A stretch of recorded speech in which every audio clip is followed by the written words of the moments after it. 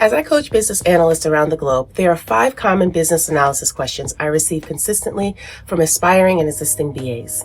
Number 1, how do I move into a BA role with no BA experience? Number 2, what technologies should I know as a BA?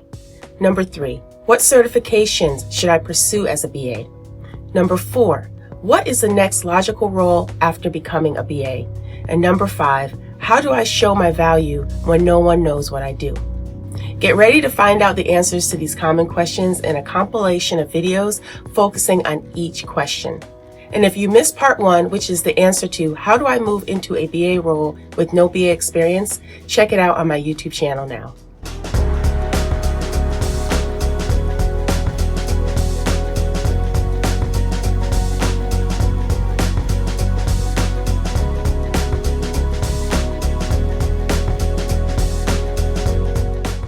My name is Paula Bell, also known as the BA Martial Artist, as I leverage martial arts concepts to bring forth personal and professional results, and I am here to discuss some strategies and tips for 5 common questions I receive from aspiring and existing business analysts.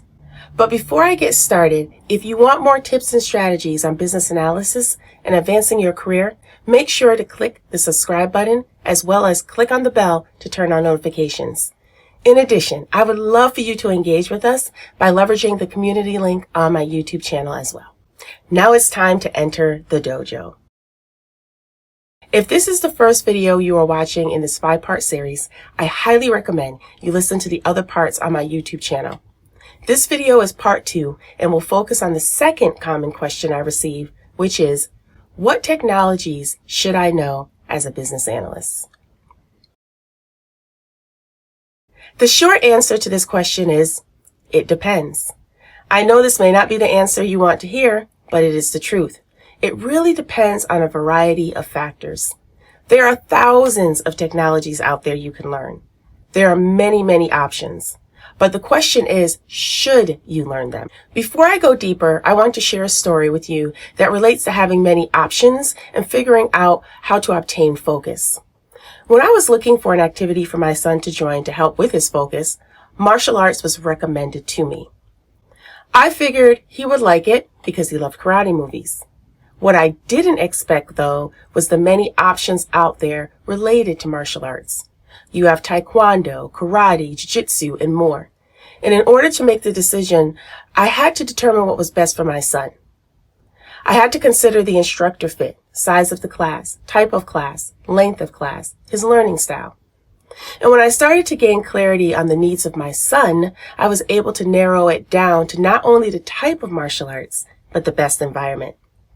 He focused on one art as opposed to trying to know all the different types of art available to him. The ultimate goal was learning self-protection in the way he could consume it, and we found the perfect class for him. That doesn't mean that later on in life he could not expand and learn another art, but he had to start somewhere. This is no different than the technology dilemma that many BAs find themselves in as they work to advance their BA career. There's no way you can learn everything at one time, but you can take gradual steps to continue to advance your skills. So don't fear. I am here with some tips on approaching this dilemma and lessening some of that overwhelm that plagues business analysts. And I truly believe the reason this is a stress is because you want to stay relevant in the field of business analysis if you are currently in a BA role or working to obtain a BA role. First things first, know your industry.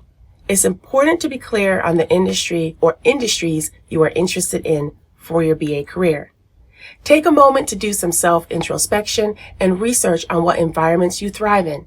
Don't just choose an area because someone told you to, but choose something you truly like and enjoy. Being a business analyst is hard enough, therefore try to choose an environment you can thrive in, even when there are challenges. Now, once you gain that clarity, you can then take the next step, which is to look at job postings in those industries. You will want to look at a minimum of 5 different job postings. You will begin to identify patterns and common roles and responsibilities. You will also start to see some common technologies or technical skills requested to be successful in that industry. Now, I want to take a step back on some ways to gain clarity on industries you might be interested in. Number 1, think about the industries that pique your interest. For example, do you find that you thrive in the healthcare industry, or maybe you like the hustle and bustle of the financial industry? Only you know what piques your interest and the why behind that. The why is so important because it gives a deeper meaning to what you are doing. And when you define your why, ask yourself, why do I like this industry? Ask yourself why money is a driving force if it's for more money.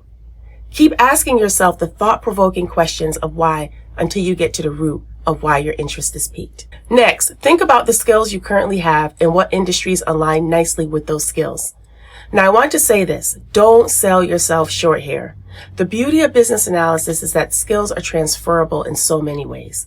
Therefore, really dig deep to identify and give yourself credit for all the skills you have and how those skills are transferable to other industries, especially those you are interested in.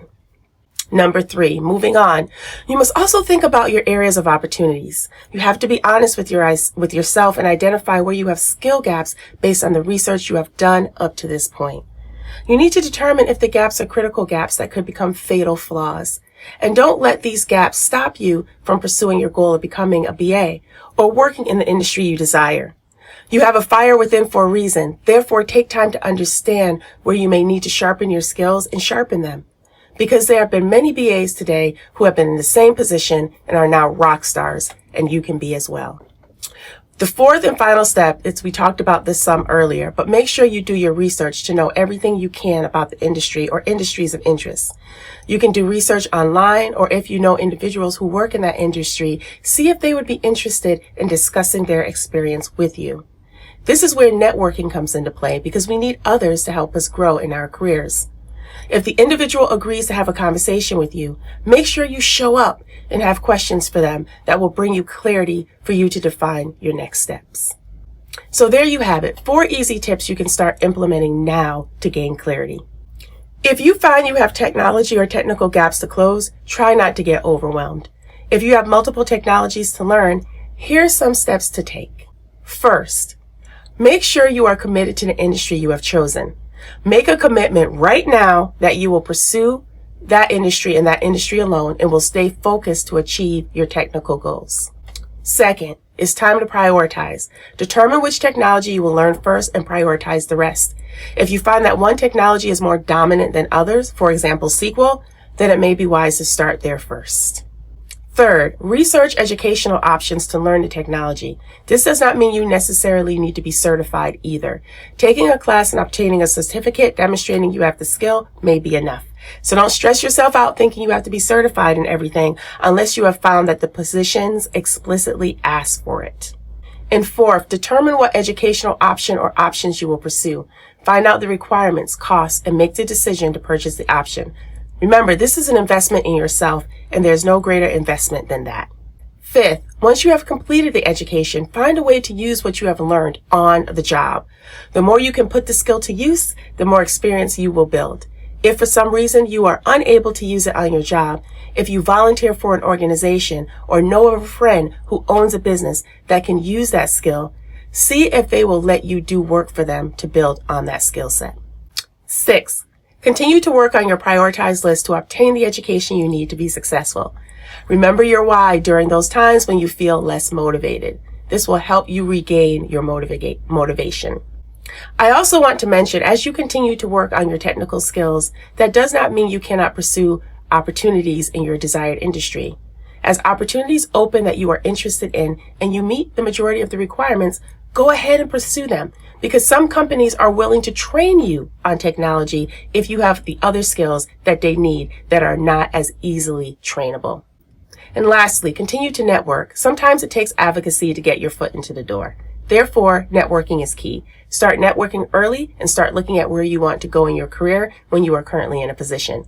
There tends to be less stress when you can control your job movement instead of being forced to look for that next opportunity. Now go forth and conquer as a ninja would, and don't let overwhelm stop you from pursuing your goals, but rather take smaller steps to achieve them. Also, get ready for part 3 when I will discuss the question, what certifications should I pursue as a BA? Until next time, the BA Martial Artist is signing off.